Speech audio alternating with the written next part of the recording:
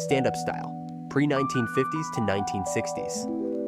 Let's start really old school. We're talking the 1920s through the 50s, when goalies played what was called the stand-up style. The gear was minimal to the point of reckless. Pads were slim and stiff, basically stuffed leather straps that soaked up water and got even heavier as games went on. Masks didn't even exist yet. Every shot to the face was a gamble. Broken noses, lost teeth, hundreds of stitches over a career. It was normal. The gloves were primitive too. The catcher was small and rigid. The blocker was barely more than a reinforced glove. Goalies had to master their sticks. Stick work wasn't a luxury, it was survival. Blocking shots, steering pucks into the corner, jabbing loose pucks away from oncoming forwards, it was their main tool. The philosophy was simple: stay on your feet at all costs. Dropping to the ice wasn't just discouraged, it was seen as desperate, even weak. Once you were down, you were out of the play. Coaches drilled it into their goalies: stand tall, be big, react fast. Kick saves, pad stacks, rarely, but mostly upright reflex stops. They relied on angles, timing, and raw nerve. Think Turk Broda in Toronto, staring down slap shots barefaced, or Tiny Thompson in Boston, calmly deflecting pucks with surgical precision. They were like armed guards in front of the net, all defiance and grit. But the style wasn't particularly technical. It was raw, intuitive, often chaotic. It demanded incredible toughness, anticipation, and bravery. Every save was a battle, every game a test of who could take more punishment. And it worked for a while, but the game was evolving. Shooters were getting faster, sticks better, shots heavier. By the late 1950s and early 60s, cracks in the style showed. Jacques Plante's introduction of the mask in 1959 wasn't just about safety, it signaled a new mindset. Goalies could afford to drop, to experiment with new stances. Soon after, innovators like Glenn Hall would push the boundaries even further with the early butterfly style, setting the stage for a revolution in goaltending that would redefine the position entirely. Stand-up wasn't gone overnight. It lingered into the 60s and even the 70s with hybrids. But the seeds were planted for the biggest transformation the position had ever seen.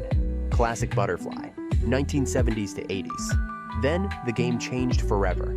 The butterfly style emerged as a revolution in goaltending technique, challenging decades of stand-up orthodoxy. Instead of staying on their feet at all costs, goalies deliberately dropped to their knees, spreading their pads in a wide V to seal off the ice.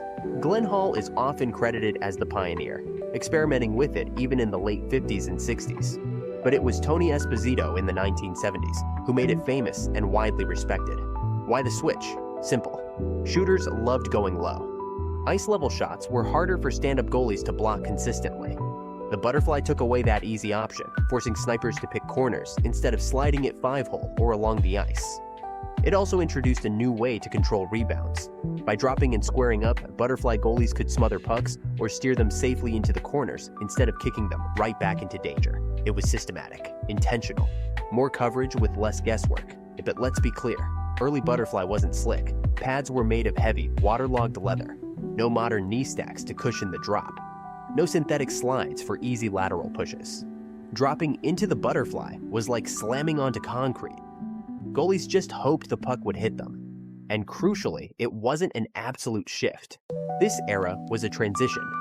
Many goalies used hybrid styles, blending the best of stand-up and butterfly. Tony Esposito, for example, was famous for mixing sharp angles with a half butterfly drop, reading the play and choosing when to stay up or go down. Coaches didn't have a standardized butterfly curriculum yet. It was often self-taught, adapted on the fly, and personalized. To older fans and coaches, it looked risky, even sloppy. But results spoke loudly. Goals against averages dropped. Low shots were gobbled up. Young goalies started adopting butterfly elements everywhere. By the 1980s, the style was spreading like wildfire. Goaltenders began rethinking the entire crease. It wasn't just about blocking high or low. It was about depth, angle, timing, and controlling space. It wasn't the final form of the butterfly, but it was the blueprint, a turning point. Goaltending was no longer just reflexes and guts. It was on its way to becoming a science. Hybrid style, late 1980s to 2000s. Enter the hybrid era, the evolution that changed goaltending forever. It didn't happen overnight. The true hybrid approach began emerging in the late 1980s, especially with Patrick Roy, who debuted in 1985 and rose to fame by winning the 1986 Stanley Cup and the Conn Smythe Trophy as a rookie. Before that, butterfly was growing in popularity, but it had limits. Shooters learned to fake low and pick corners, exploiting pure butterfly goalies who dropped too early. Goalies realized they couldn't just drop by default. They needed to read plays, adapt in real time. That's when the hybrid style was born. It wasn't one single move, it was a mindset, a blend of stand-up patience with butterfly coverage. Goalies used upright positioning to stay tall on rising shots and dropped into the butterfly only when it made sense. Patrick Waugh became the poster child for this style. He wouldn't drop unless he needed to. He stayed square, controlled his depth, and forced shooters to make the first move. Other goalies followed: Ed Belfour, Martin Brodeur.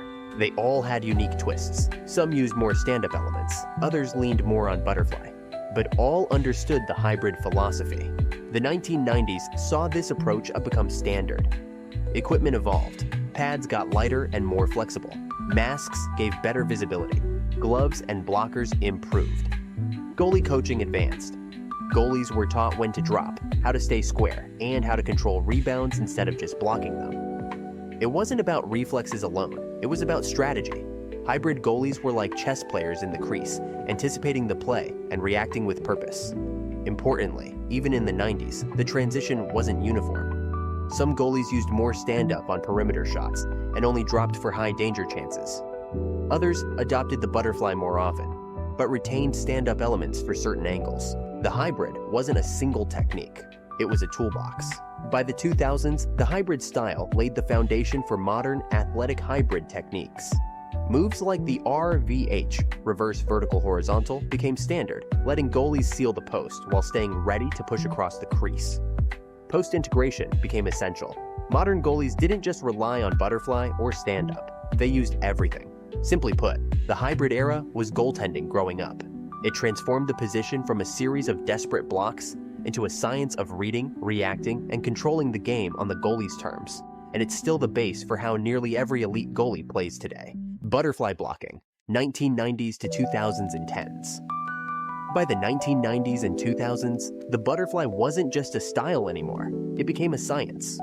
Early butterfly goalies used to just drop and hope the puck hit them, but now it was about precision and efficiency. Goalie equipment transformed. Pads got wider, lighter, and flatter at the bottom to seal the ice completely. No more gaps for trickling pucks. Leg pads featured built-in knee stacks for stability and consistent coverage. Chest protectors bulked up but streamlined for mobility. Sticks evolved too, with bigger paddles to seal 5-hole passes. Coaching changed everything. Instead of relying purely on reflexes, goalies were trained to block rather than react. They adopted a wide square stance with knees turned in and pads flush to the ice. The idea was simple but brutal for shooters. Take away the bottom of the net and force the puck up. Butterfly blocking goalies trusted their angles. They didn't scramble. They didn't overcommit. They read the shooter, dropped quickly and efficiently, and stayed square so rebounds died in their gear. Saves weren't flashy. They were predictable, reliable. But that didn't mean it was robotic. Martin Brodeur added his own flair with paddle-down moves, poke checks, and the occasional two-pad stack to surprise shooters. He wasn't the pure blocking butterfly type, but he blended the method with hybrid unpredictability. Others, like Roberto Luongo and Mika Kiprusov, leaned more into classic blocking butterfly with textbook form. Systems evolved too. Teams structured their defense to funnel shots to the outside, knowing their goalie would cover the low shot reliably. Rebound control became an art form. Coaches drilled goalies to steer pucks into the corners or smother them completely. Shooters hated it. Gone were the easy 5-hole goals or low blocker snipes. If you didn't pick a corner perfectly, the goalie had it. NHL scoring dropped dramatically in the late 90s and early 2000s. Games became defensive battles. Critics called it boring. Fans missed the chaos. But for goalies, it was dominance. The butterfly blocking era was their answer to the increasing speed and skill of shooters. It was the time when goalies turned the position into a technical craft and forced the NHL to think about rule changes to open the game back up. RVH/reverse VH, late 2000s to present. As the game evolved, goalies needed new tricks to keep up. Offense got faster. Players were smarter, attacking from behind the net and exploiting any tiny gap near the posts. Enter the reverse VH, RVH. a technique that began emerging in the late 2000s but didn't fully spread until the mid-2000s and teens. Before RVH, goalies mostly used the VH gun vertical-horizontal method. One pad vertical against the post, the other flat on the ice, with the torso pressed tight. It worked, but shooters adapted, exploiting holes over the shoulder or squeaking pucks under the pad. RVH flipped the concept. Instead of standing on the post, the goalie dropped down entirely. One pad stayed vertical to seal the post airtight. The other pad laid horizontal along the ice to block wraparounds and low-angle shots. Early innovators like Jonathan Quick were already experimenting with it around 2008 to 9. Quick's explosive post-to-post movement and tight seal at the post made it clear this was the future. By the mid-2000s teens, RVH was standard in goalie coaching everywhere. Why did it matter? Because RVH shut down greasy goals. Those wraparounds that used to catch goalies scrambling, gone. Low-angle bank shots off skates, sealed. Passes from behind the net, intercepted or smothered. Coaches started teaching RVH as essential post-integration. Goalies didn't just butterfly in the open. Now they flowed seamlessly into RVH when play went behind the net or below the goal line. And the best didn't just use it, they mastered it. Carey Price turned it into art, calmly gliding post to post, sealing every gap while reading plays like a chess grandmaster. Henrik Lundqvist refined it too, using his balance and precision to erase scoring chances from impossible angles. RVH also spawned variations. Overlap, RVH, post lean, quick pushes, out of RVH to cover cross-crease plays. It wasn't just one move, it became a toolkit. Critics say RVH is overused or exposes the high glove side if a goalie gets lazy. True. But that's the chess match. Modern goalies train to read when RVH is the right choice and when to pop up or transition into butterfly.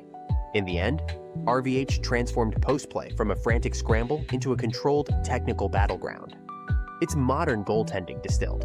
Athleticism, technique, anticipation, all in one move. Butterfly slide and athleticism. 2000s to now.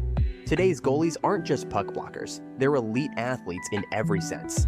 The old school days of standing stiff in net or just flopping to cover space, gone. Modern goalies train like sprinters and gymnasts, with explosive leg strength, flexibility, and razor-sharp reflexes. One of the most critical moves in this evolution is the butterfly slide. Instead of getting up and resetting to move laterally, goalies stay in butterfly, pushing off their inside edge to glide post to post. It's fast, it's smooth, and it lets them track east-west passes without losing their seal on the ice. This change wasn't just about looking flashy. It was born out of necessity. Offenses got smarter. Cross-ice passes became standard on power plays. Players started feeding pucks through the seam with pinpoint accuracy. If you couldn't move laterally in butterfly, you were toast. Goalies today work relentlessly on edge work drills, practicing pushes and recoveries over and over so they can explode side to side without leaving gaps. They don't just block, they read the play, anticipate passes, and arrive square before the shot is even released. Watch Andrei Vasilevsky. He makes full splits look routine, sealing the ice while still flashing the glove up top. His post-to-post slides are so fast, he seems to teleport. Or Igor Shesterkin, who's a master at baiting shooters into thinking they have an opening before flicking out a pad or snaring the puck with that dramatic glove save. And it's not just NHL stars. Even junior and college goalies train this way. Butterfly slide is fundamental now.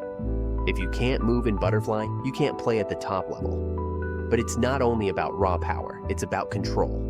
A great butterfly slide keeps the goalie's chest square, pads sealed, and rebound control tight. It's technical art, not just chaos. And then there's the recovery. Modern goalies don't just make one save. They're trained to bounce back instantly, save, push, reset, over and over. The days of making a single highlight stop and lying on your back, done. Ultimately, the butterfly slide and today's insane goalie athleticism are responses to the speed and creativity of the modern game. As shooters got better, goalies had to evolve. And they did, turning the crease into a chessboard where every move, push, and slide is part of the plan. Modern hockey? It's not just about sealing the ice. It's about reacting, reading, recovering, all in the blink of an eye.